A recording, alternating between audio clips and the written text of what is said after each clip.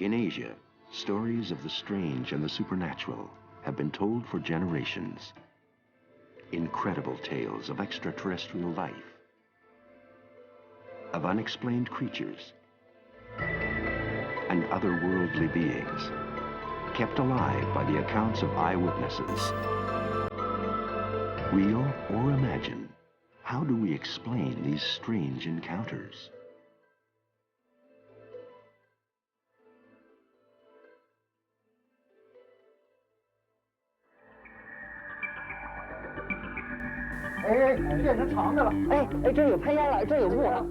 From Beijing to Guiyang, thousands of people in cities across China are seeing strange objects shooting across the sky.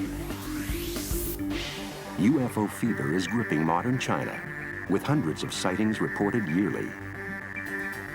What lies behind China's fascination with extraterrestrials?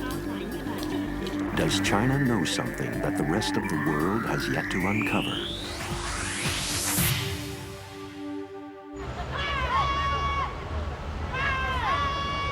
This is Guiyang, capital of Guizhou province in southwest China. The city lies on a remote plateau some 3,000 feet high. It is one of China's most isolated cities. It is also home to its most enduring UFO mystery. Locals will never forget what happened here 7 years ago in Duxi Forest, just a few miles north of the city.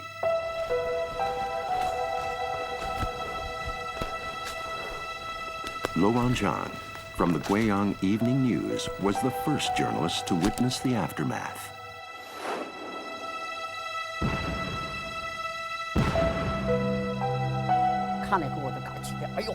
I said, wow, what on earth happened here?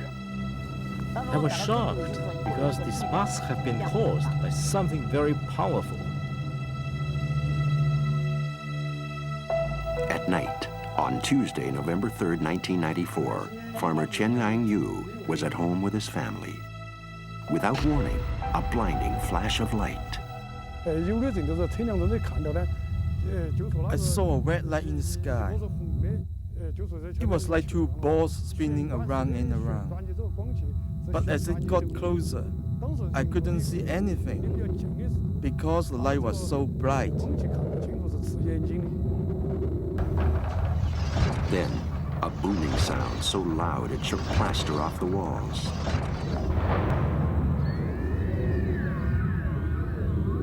A few minutes later, the light faded. Chen and his neighbor went out to investigate, but the object had vanished without a trace. At dawn, devastation reigned. Nearly a mile of forest was destroyed. A nearby railway station was ravaged. A force so powerful that it snapped these metal pipes in two.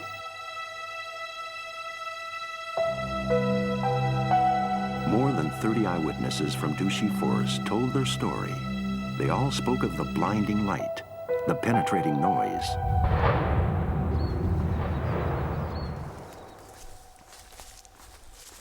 For weeks afterwards, journalist Lo worked with a team of geologists and physicists from Beijing. They scoured the area for clues and thought the damage might have been caused by a current of air blowing down from above with tremendous force. At first, they suspected a tornado.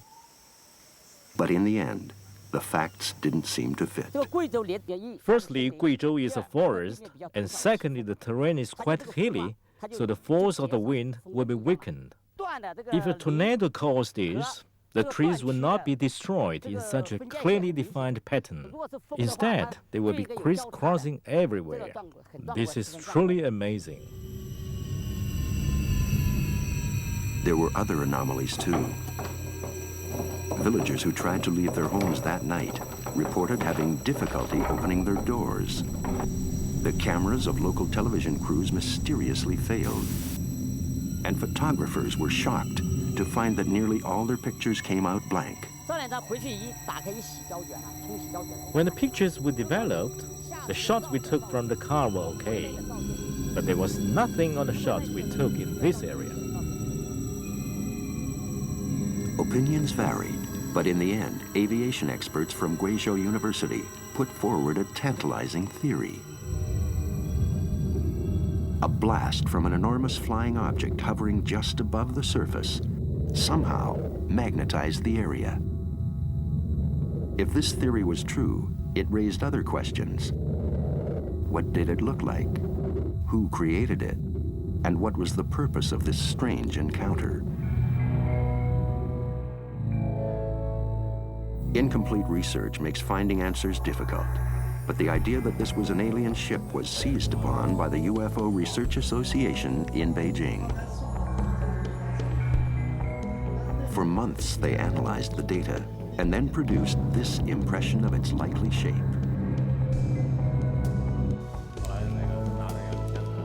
China's UFO Association boasts a membership of over 40,000 and includes top scientists and Communist Party officials in its ranks.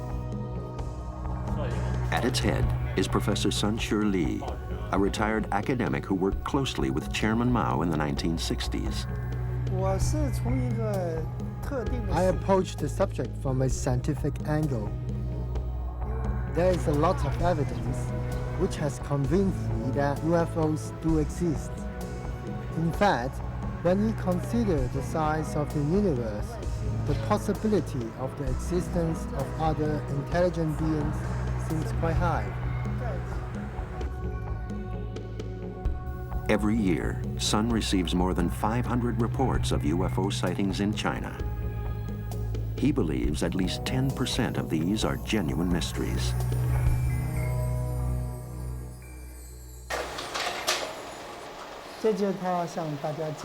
This man told me he was kidnapped by aliens. In China's first alleged alien abduction case, this young farmer from northwest China claims he was kidnapped in 1991. Meng says he was struck in the head by a powerful laser beam and then transported to a spaceship. Once inside, Meng claims a female alien raped him, promising to return in 60 years with his hybrid baby.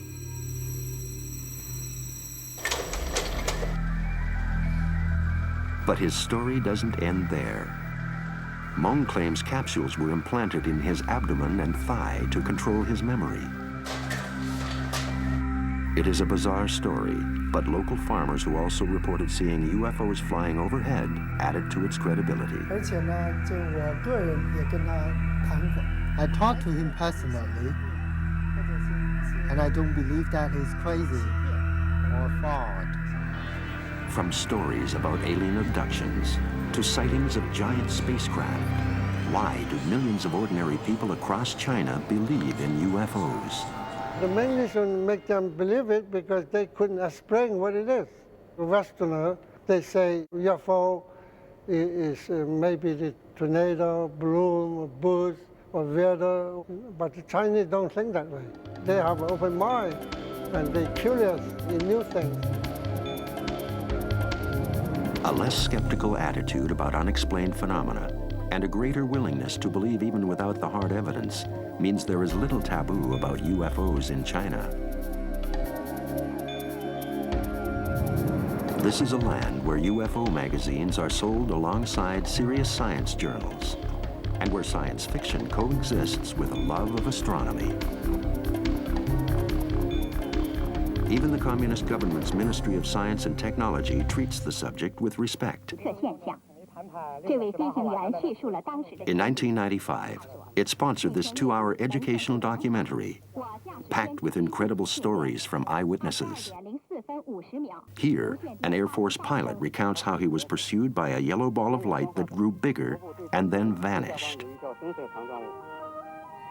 4 other pilots corroborate his story. And this is a recording of an Air China pilot making emergency contact with the control tower. At 9,000 feet, he saw something he couldn't explain. 高度可能要在3000以上。刚才是红的，像火球一样，现在又变成黑色的了，好像一个什么东西在拉烟那个劲儿似的，跟一条大鱼似的在那。啊，明白了，现在还在你右前方吗？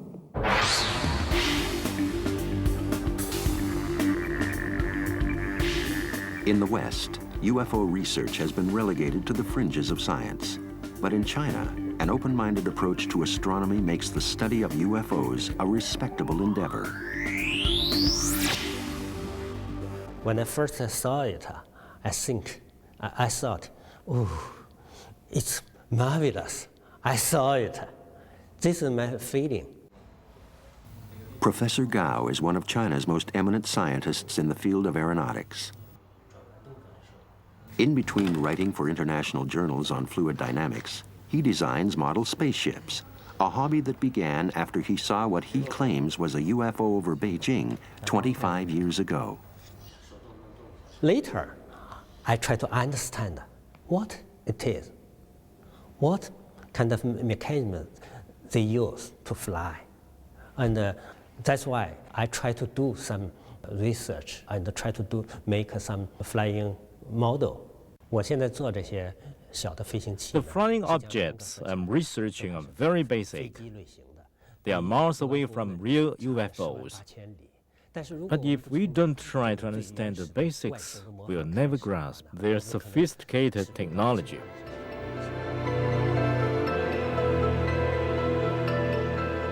What are these strange objects flying over China's skies? When Mysteries of Modern Asia returns, UFO fever over Shanghai and Beijing. China's first UFO photograph was taken in the city of Tianjin just before the Communist Revolution in 1949. Under the regime that followed, UFO enthusiasts had to tread carefully. But when the country cast off the shackles of strict Marxism in the late 1970s, there was an outpouring of UFO enthusiasm.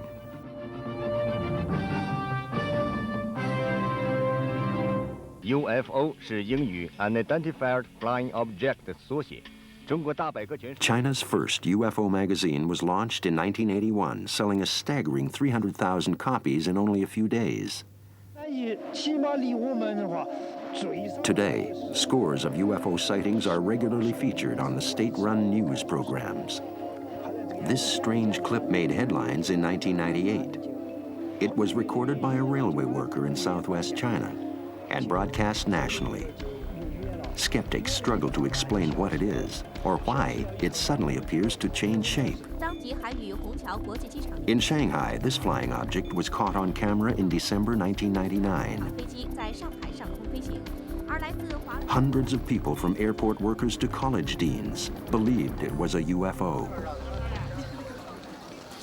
So how do we explain the raft of recent sightings?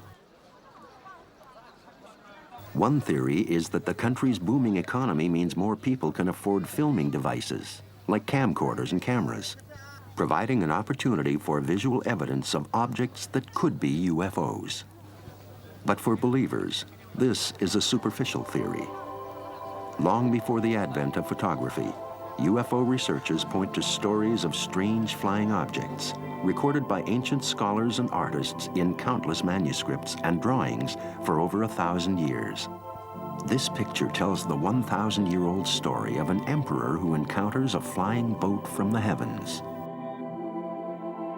And in the Qing dynasty, a shimmering ball of light hovering above a bridge in Nanjing was witnessed by more than 30 people. China has a history of stargazing dating back 5,000 years. And with it has come questions about unexplained objects in the sky. The history of modern civilization is only 400 years old. But throughout the long history of mankind, anything could have happened. There are both ancient and recent reports of UFOs. From remote Guizhou province in the west to the sophisticated cities of the east, China's fascination with UFOs shows no sign of abating. Even in cities like Dalian, one of China's richest. With its space-age architecture, it looks like it was designed with alien visitors in mind. At night, the city is lit up in a blaze of neon lights. It is home to this government engineer who has little doubt that UFOs are flying over his city. Jin Fan and his wife, Chen Xiaomei, live in the heart of town. For years, they've been baffled by strange objects passing by the window of their 21st floor apartment. But in 1991, they recorded what they believe was their first UFO. It was not flying like an aircraft. It was jumping up and down very quickly. It moved around in one area, and it was turning around and around towards the southwest. For 20 minutes, they watched the odd movements and then called the airport authorities. They were told no aircraft had been flying over that part of town. Dalian has undergone many changes in recent years. We have made great material and spiritual progress. Maybe that's why the aliens want to visit us. We hope that is the case. While many Westerners have closed their minds to the possibility of aliens visiting Earth, in China, they continue to ask questions. Human science is based on curiosity. Without questioning and using our imagination, we will never find the answers.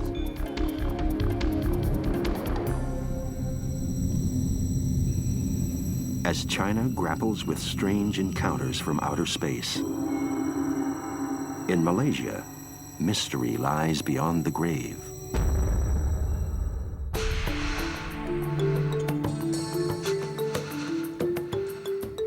Malaysia is one of Asia's most modern countries. Its capital, Kuala Lumpur, boasts sleek skyscrapers and glitzy shopping malls.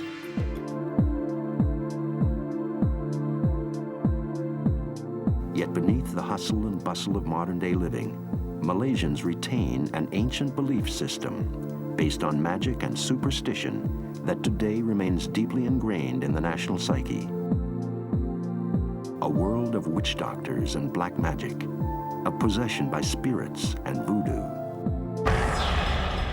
And the reigning spirit of terror is the Pontianak.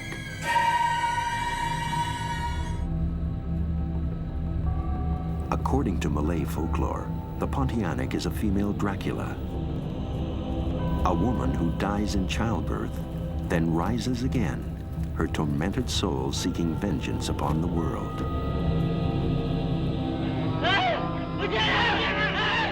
So popular is the Pontianak, she has taken center stage in countless movies throughout the decades, gripping the public imagination as an evil spirit.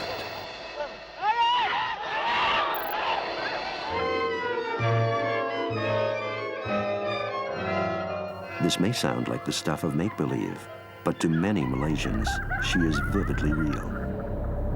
She looked like an ordinary lady, probably someone waiting for a taxi. And as I approached her, then I realized this could be something different. Hishamuddin An, a Malaysian journalist, was driving home from work late at night when he saw a strange figure in the road waving at him. She was leaning forward and giving me this big grin. It looked very scary. As he came closer, she took 2 steps forward, trying to block his way, forcing him to swerve. I was scared. I was scared. But still, as I drove on, I was looking through my rear mirror, and she was still there. She wanted me to stop, to come back and pick her up. Terrified, Hishamuddin started to pray, reciting an old verse from the Islamic holy book, the Quran.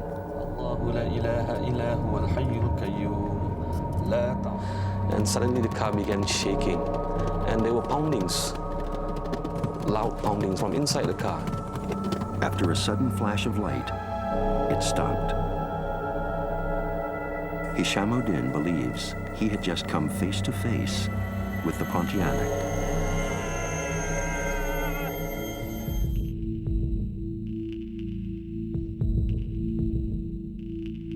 Professor Hud Saleh, a renowned anthropologist from the National University of Malaysia, has been examining stories of the Malay supernatural for more than 20 years. Well, from the time a child is young up to the time he's adolescent, parents keep harping upon the existence of these spirits.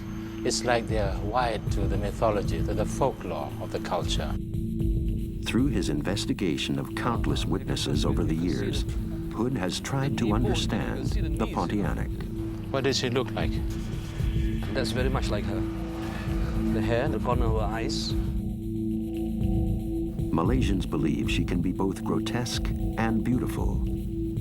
Inevitably, she's always seen dressed in a flowing white gown with long jet black hair. She sucks the blood of her victims through a hole at the nape of their necks. Is the Pontianak just a figment of the Malay imagination? Or could there be another explanation for what many believe is a spirit of the dead who stalks the world of the living? What is the source of Malaysia's legendary vampirus? What kind of creature could inspire such fear in this modern day and age? Find out when Mysteries of Modern Asia returns.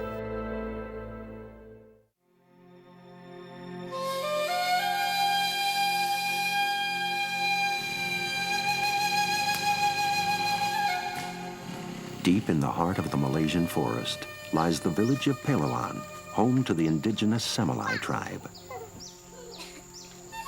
Far from the frenetic pace of metropolitan Malaysia, the Semelai live a simple and spiritual life. Here, animism, the belief that spirits surround us in nature, is strong. And elaborate rituals and age-old traditions are practiced much in the same way as they've been for over 1,000 years. Ada tak orang kampung jumpa Pontianak? Years of research has led Malaysian anthropologist Professor Hood to this remote part of the country. Here, he believes, lies the original source of the Pontianak legend, an ancient myth about a vampirus which continues to haunt Malaysians today. We have come here to investigate the origin of Pontianak beliefs, of which the Semelai have a very interesting interpretation.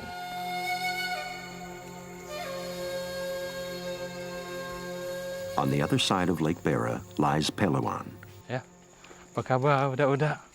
Boleh saya masuk a typical village of the Semelai tribe. Nampaknya kena jumpa dengan kapeng ni. Wambung. Oh, tu dia. Professor Hood has come to meet the local medicine man, or Puyang. The Semelai believe that he has the power to conjure up a spirit they call the Matianak. In translation, Matianak means death of a child, but it has one key difference with the Pontianak. The Semelai's Matianak is not evil, but a kind spirit that helps the sick. So how has the legend of an evil Pontianak become associated with this healing spirit?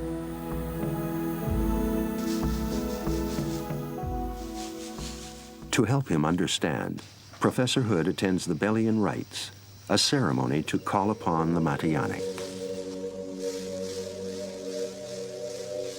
It has been 3 days and nights. The village medicine man performs special healing rites, hoping to recover the lost soul of a villager.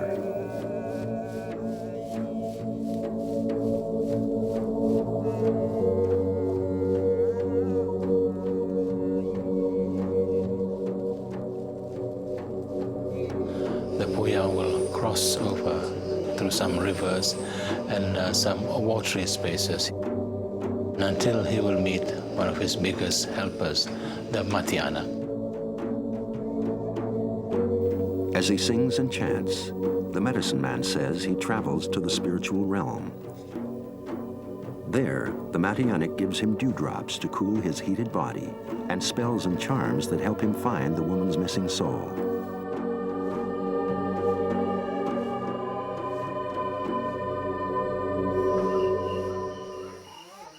After the ritual, the medicine man describes the spirit.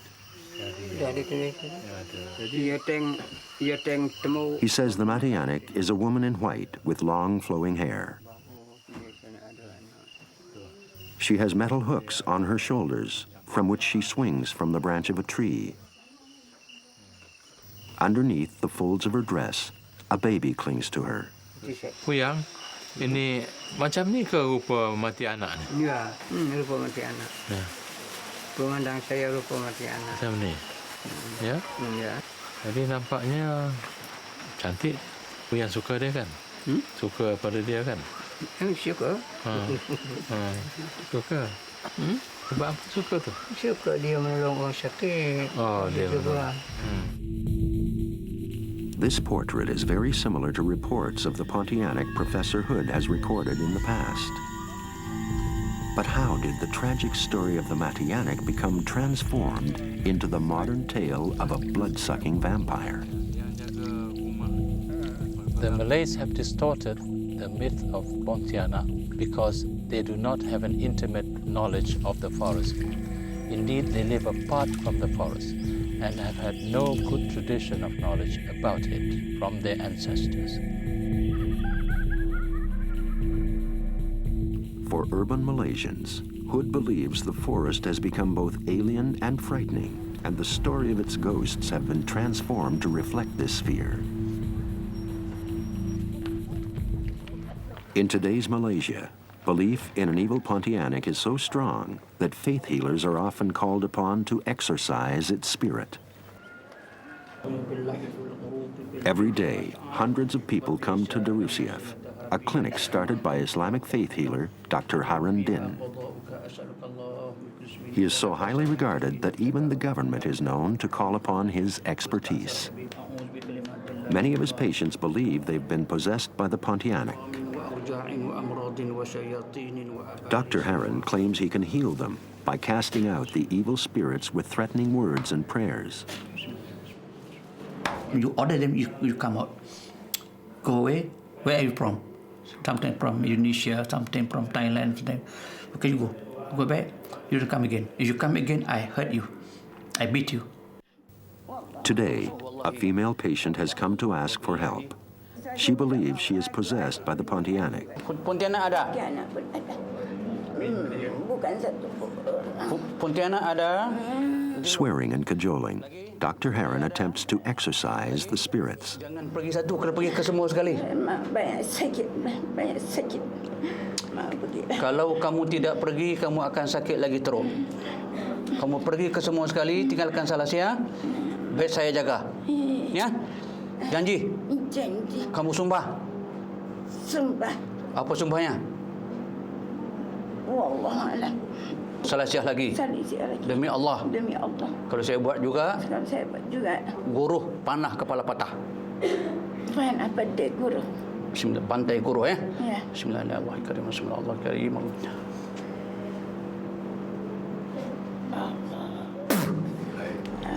Dah mengucap asyhadu. Skeptics find it hard to believe in the Pontianak, be it a vampiress or a demon. But many concede that she has a very real effect on Malaysian life.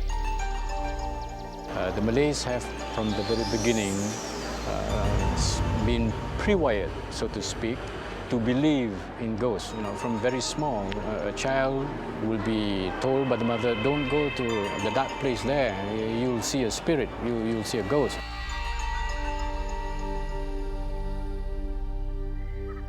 Although I have not come across it, I have no reason to disbelieve in its existence. I'm ready to hear and listen, and I'm not just going to say it is hogwash. That's because I understand the culture that I come from. The mysterious presence of the Pontianak cannot be ignored in modern-day Malaysia. It is an integral part of the country's folklore and religion. Real or imagined, The Pontianak is a link between the past and the present.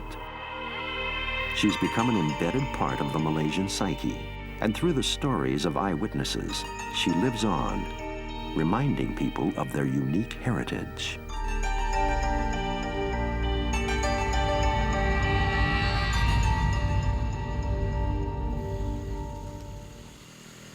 The rainforests of Asia harbor many stories of strange encounters.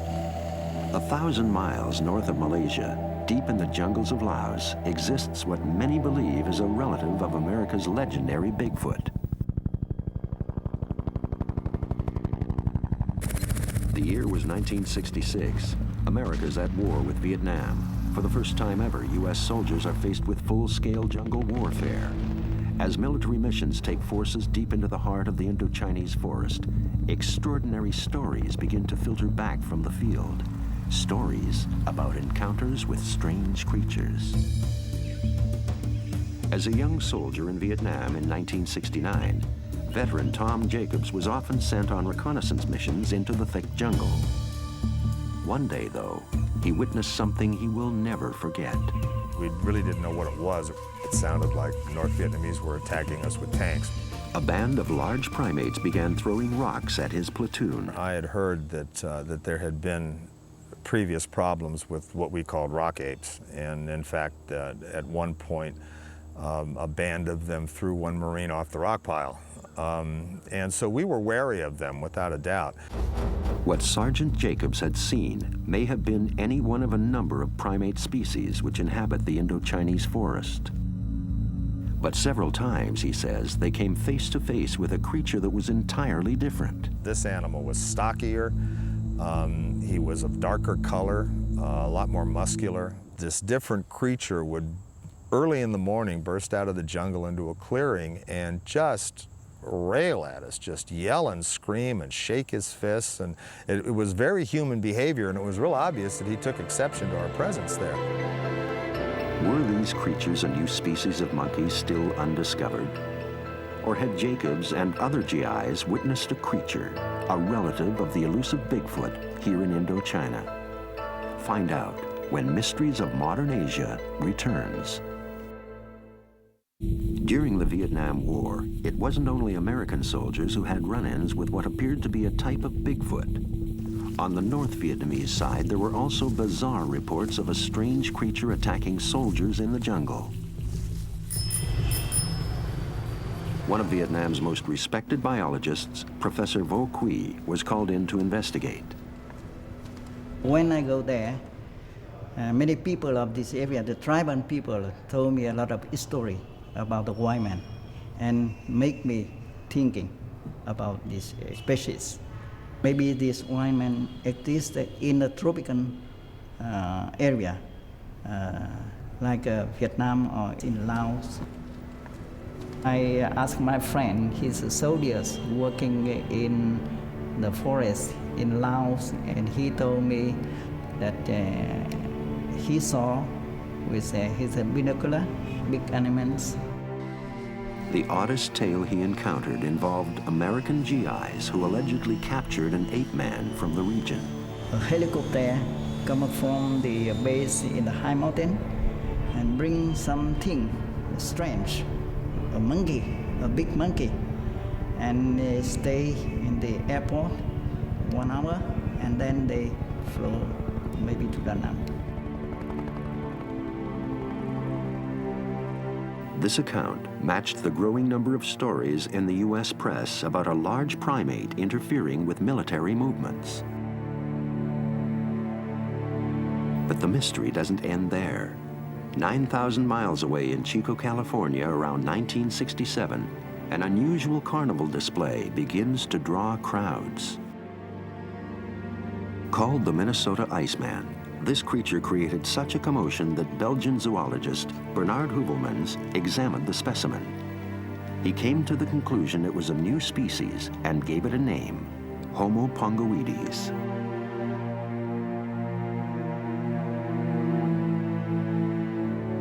But after its whirlwind tour around the country, the corpse disappeared and was never seen again.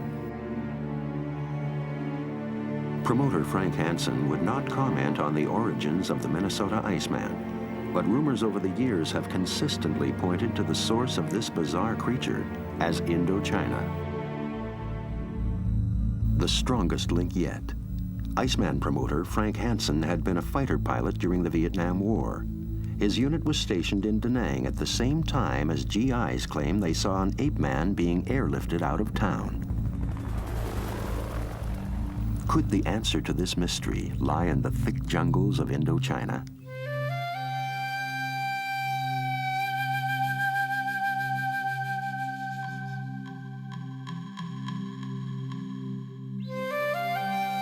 Laos, a land of spiritual beauty, forever pockmarked by heavy bombing during the Vietnam War.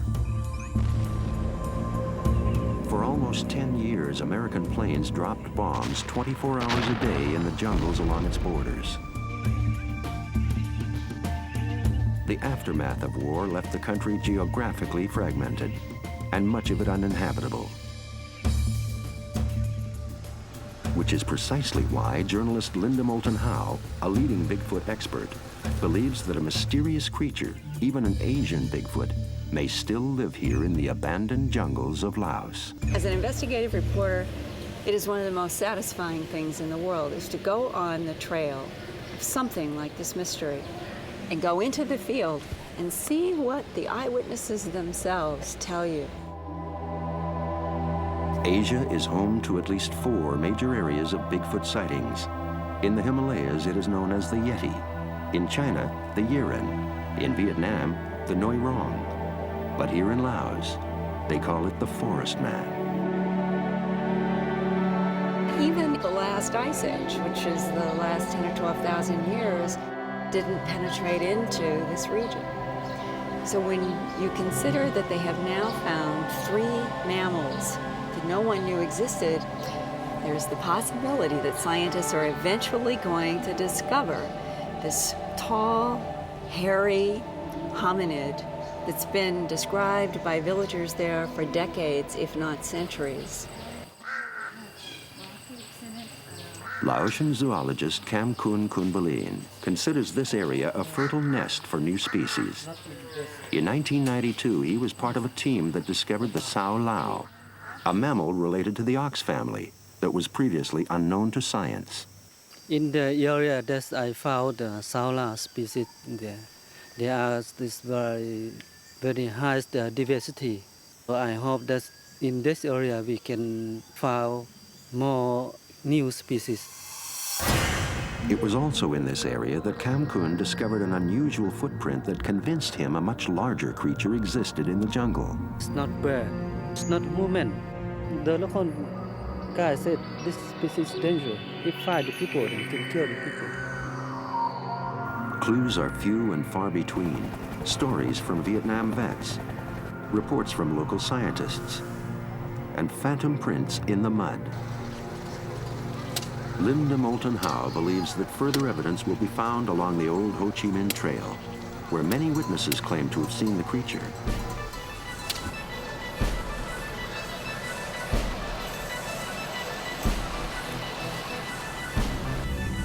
This is one of the first journeys across Laos in search of information that will better identify this elusive creature. From the capital, Vientiane, it's 2 days' journey by road to Sepon, close to the Vietnam border. We are here on Ho Chi Minh Trail, just close to Vietnamese border. And we go along the road number 9. It's a bumpy road.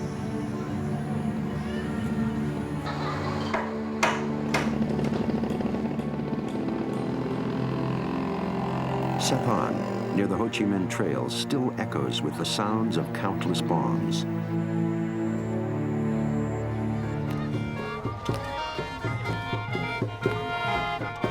At the market, farmers gather to barter, trade, and exchange their wares. And on a good day, bizarre stories of strange encounters. With a reconstruction drawing of the Minnesota Iceman, Moulton Howe and translator La Noi search for clues to build a better identification of the creature. Within hours, they locate an eyewitness. Yes, in the American War. In the American War, soldiers in Qumran province saw this forest man? Yes, they did. They saw it in Qumran province. And was he one of the soldiers? This former Laotian soldier claims that during the Vietnam War, he saw a reddish-black forest man. It made a distinct sound. It sounds like egg. It's like a monkey man.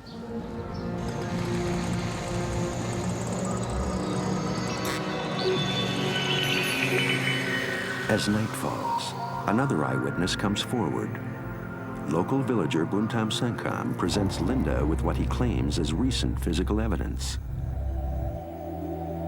Senkam's brother found what he calls forest man hairs in one of his traps.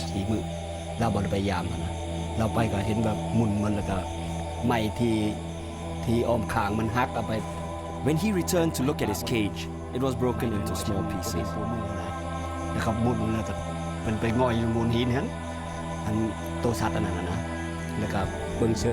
And when he looked over the broken cage, he found it had a bad smell.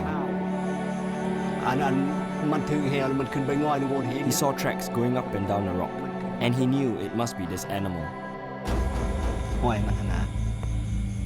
The tracks and prints were more like that of a human being, and the hair was not like that of an animal. Senkam demonstrates the shape and human size of the print and describes it as oval with no claws. He also remembers his brother's impression of the size of the beast. Big, really big. The creature was about 6 feet tall. Although Molten Hau may be somewhat skeptical about what these villagers are actually seeing, she is convinced that the number of eyewitnesses indicates a broader belief in this primate-like creature. So all of the villages seem to have these stories about this large ape man. And sometimes when you have that kind of mythology that is as widespread as it appears to be here, there is some kind of truth at the basis of all of these stories from village to village.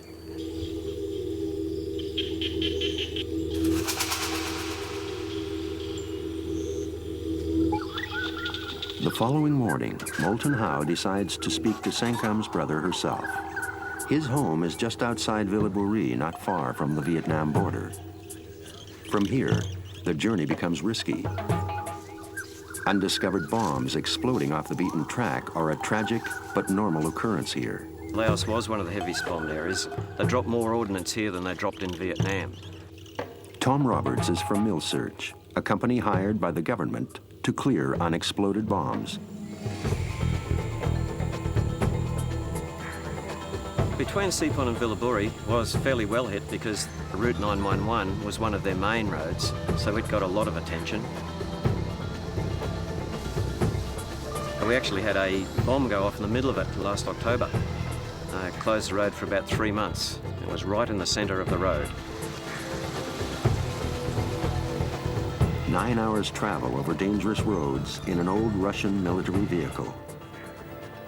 These adverse conditions may explain why so little research has been done on the forest man. I was in the mountains of Ben Hon when I saw the forest man. When Mysteries of Modern Asia returns, what lies ahead in the search for the forest man of Indochina?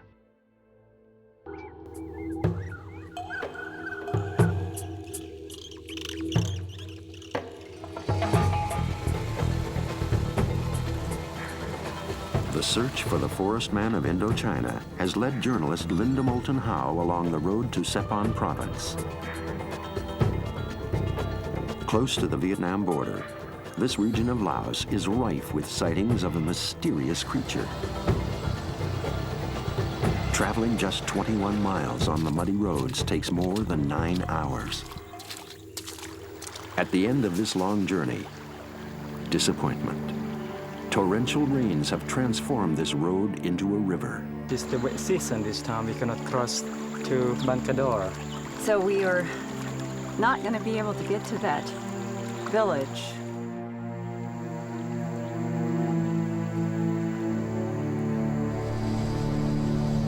Unable to move on, Moulton Howe travels to Villabourie to spend the night.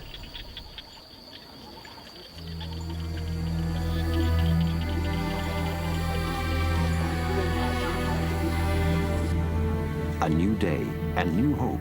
You have an eyewitness here. After a few short inquiries, Moulton Howe and her team find an eyewitness. In Villabourie, it appears forest man sightings are not uncommon. Where did he see it? I saw on the mountain. Homhut Chanhanet says that he saw a creature he finds difficult to describe in the borderlands close by. Did you ask him what color this hair was?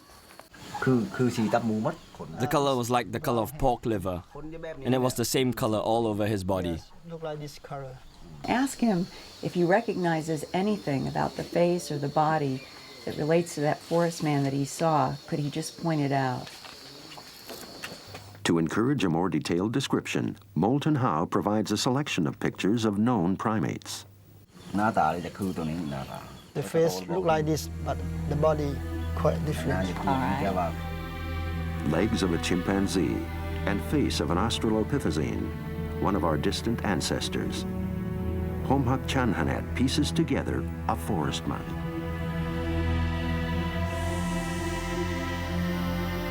But in Laos, eyewitness accounts may be fused with age-old folklore. When I was small, my parents told me that I should be careful when going out to the forest and the jungle far away from home. They warned me, no giggling, no shouting out loud, otherwise the forest man would come and get me. If folklore influences the accounts of local eyewitnesses, what about the stories of those unfamiliar with the mythology who also insist they have seen a mysterious creature? The large primates described by American soldiers during the Vietnam War are believed by zoologists to be a rare species known as the stump-tailed macaque. These elusive red-faced mammals can grow to a height of 4 feet. They are one of the largest known monkeys in the region. Are eyewitnesses confusing forest man sightings with those of known primates? Or have they caught a glimpse of a creature yet to be discovered by science? The Vietnam jungles were mysterious places. I mean, everybody had a story and some guys had 3 or 4. I think there was a lot of wildlife out there that nobody's ever seen before. Sankham's forest man hairs were recently tested by zoologists in the United States, but the results were inconclusive. The sample was too small to provide an accurate assessment. The problem is, right now, it is all so elusive. There are the tracks, there are the drawings, but science says you have to have a body. What is certain is that entirely new species are discovered all the time in the diverse jungles of Laos. But with only eyewitness accounts, the mystery of Indochina's forest man remains unsolved. It left me feeling that if there is any place on the planet where a holdover, some kind of a hominid not yet discovered, could be, it could be up in those mountains in Laos where we were.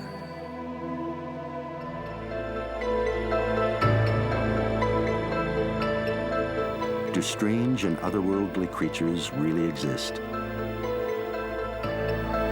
Or is folklore playing on the minds of those who see?